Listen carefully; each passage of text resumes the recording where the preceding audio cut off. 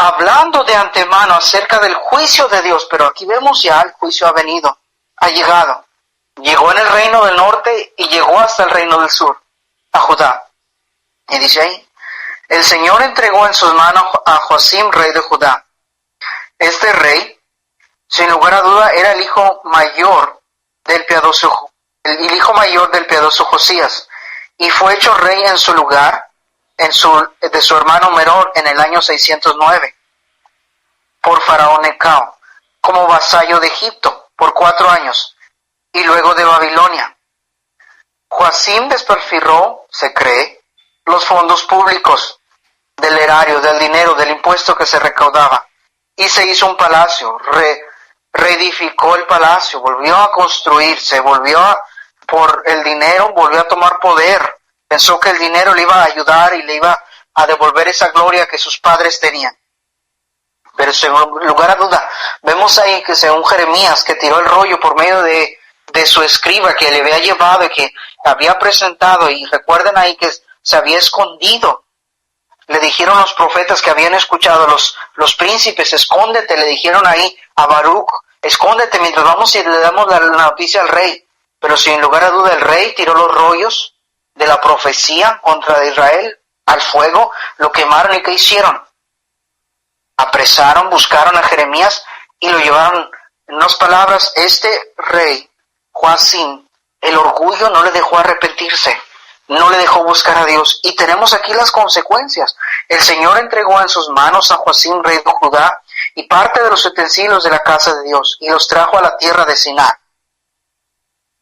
Usted puede tomar un mapa de dónde es la tierra de Sinar ahora, de lo que está aconteciendo hoy en día. Seguimos adelante. A la casa de su Dios, y colocó los utensilios en la casa del tesoro de su Dios. Versículo 3. Ahora, note, amados hermanos, ¿qué era lo que había pasado con el pueblo de Israel? El juicio de Dios había venido. El castigo de Dios había tocado. Ya no más Dios podía soportar que su pueblo le había dejado. La justicia de Dios demandaba el castigo.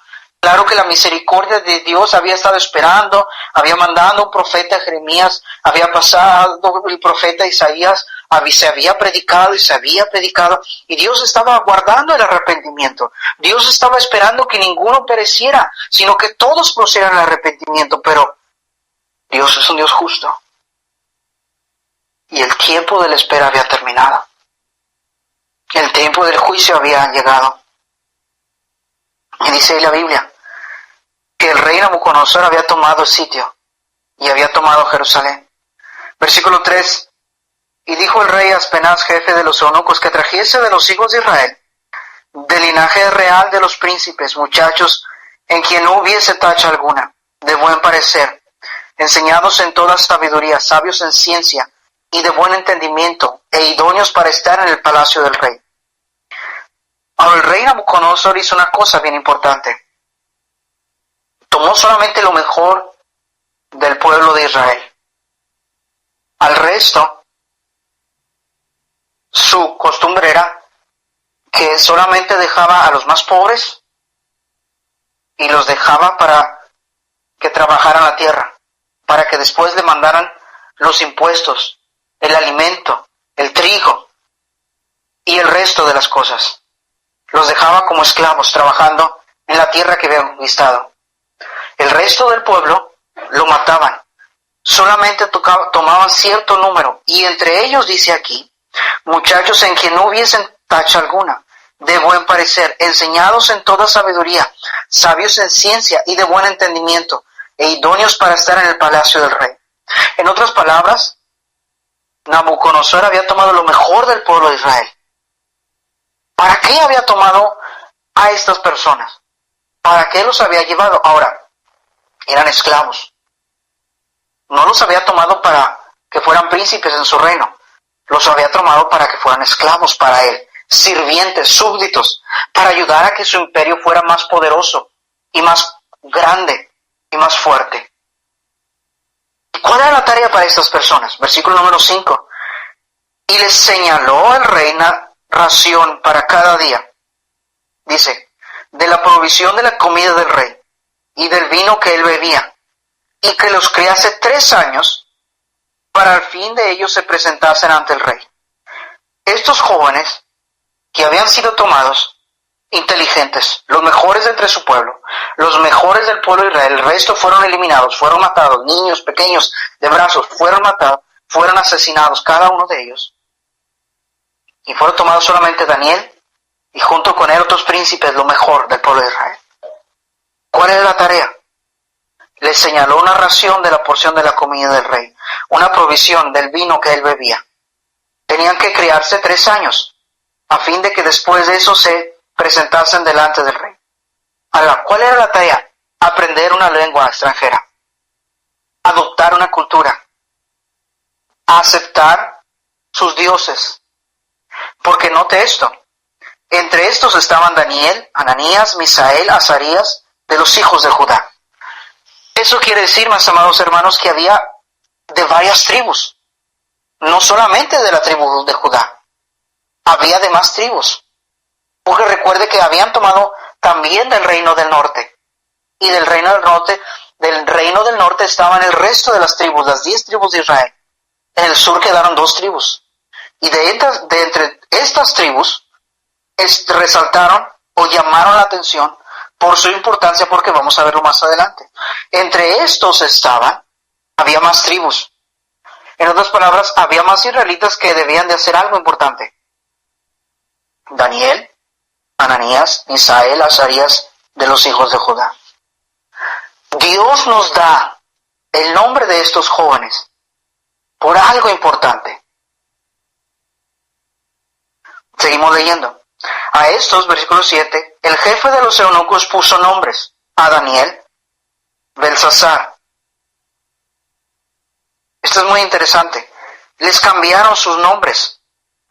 A Daniel, Belsasar, a Ananías, Sadrach, a Misael, Mesac, a Azarías, Abednego.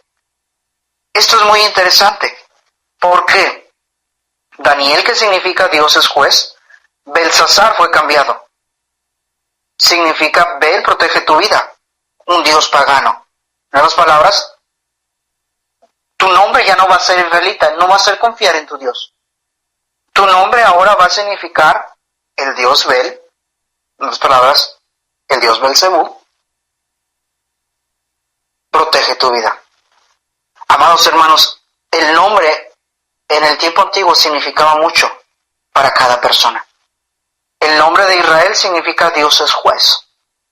Y vimos realmente a través de este pasaje los primeros 5 versículos que Dios trajo juicio a su pueblo.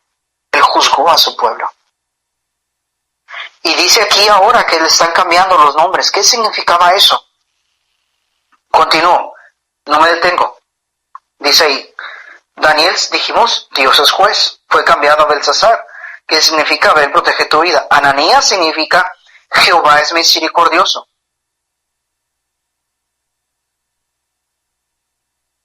¿Sí? Posiblemente significa el mandamiento de Acú, el dios de la luna. Misael significa quién es lo que Dios es. No hay como Dios. Mesac podría significar quién es lo que Acú es. ¿Se da cuenta? Seguimos leyendo y ahorita voy a dar más detalles acerca de eso, acerca de los significados. Azarías, que significa quién es como Jehová. Abednego significa siervo de Nebo. En otras palabras, amados hermanos, les cambiaron sus nombres, su idioma. Tenían que tomar una cultura diferente. Tenían que vivir como otras personas, tenían que comer como otra nación, como otro pueblo, y tenían que cambiar de religión. ¿Por qué? Porque tenían que tomar de la porción de la comida de la ración del rey. Entendemos a través de la historia y por el conocimiento histórico que los reyes paganos sacrificaban a sus dioses primero antes de ellos comer. En otras palabras, le están diciendo, Daniel, olvídate de tu Dios. Tu Dios fue conquistado. Tu Dios es un Dios pequeño, menor, insignificante. y les pusieron los dioses de los babilonios. En otras palabras, no confíes más en tu Dios. Y es lo que este mundo quiere hacer. Y es lo que este mundo quiere hacer con el pueblo de Israel. Visitando a una señora judía en esta semana pasada, la conocimos, se llama Victoria, pido oración por su salvación. Tocamos a su puerta, fue un poquito difícil encontrar la entrada. Por fin encontramos la entrada a su casa, tocamos su puerta, le dimos un Nuevo Testamento y tenía un nombre totalmente no judío. ¿Por qué los hebreos comenzaron a cambiarse los nombres? Usted se ha preguntado. Principalmente aquí en lo que fue Asia o Europa del Este, como muchos le conocen. La manera en que los persiguen, y en aquel entonces era aún más terrible, la persecución que ellos tenían, era una manera terrible, amados hermanos.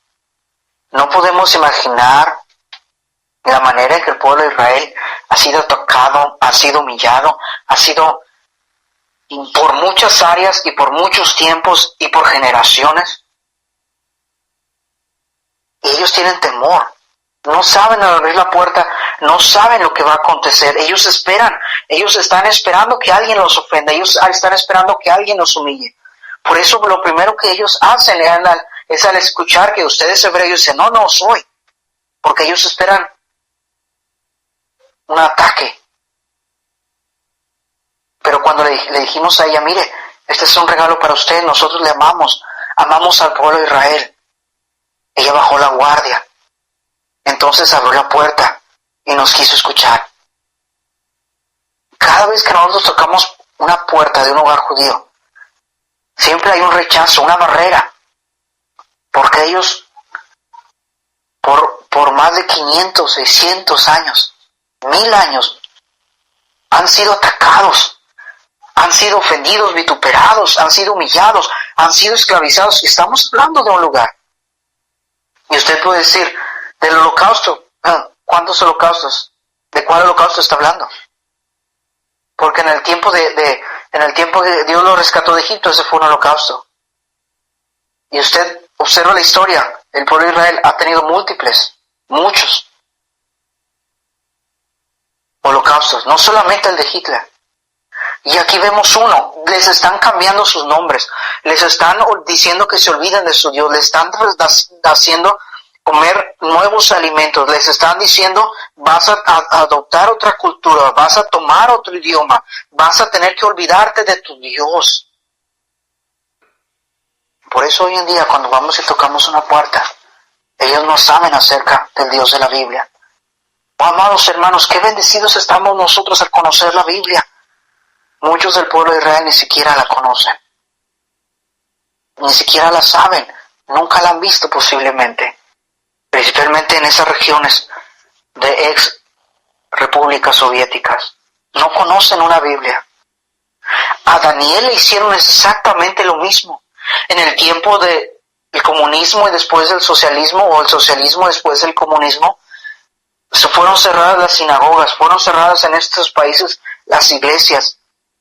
La historia nos cuentan amigos hebreos que aún las iglesias fueron cerradas y las sinagogas, muchas de ellos fueron puestas solamente como lugares de gimnasio, de entretenimiento.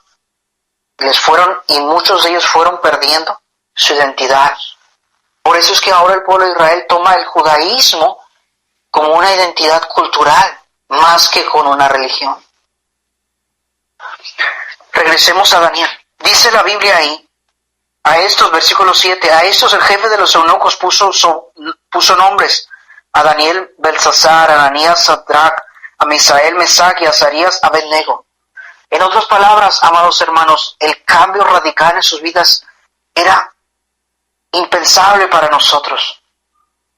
3 años tenían que tener suficientes para hacer ese cambio en sus vidas. Y Daniel tenía que cambiar. Ahora recuerde, eran esclavos. Eran príncipes en su pueblo, pero habían sido tomados como esclavos.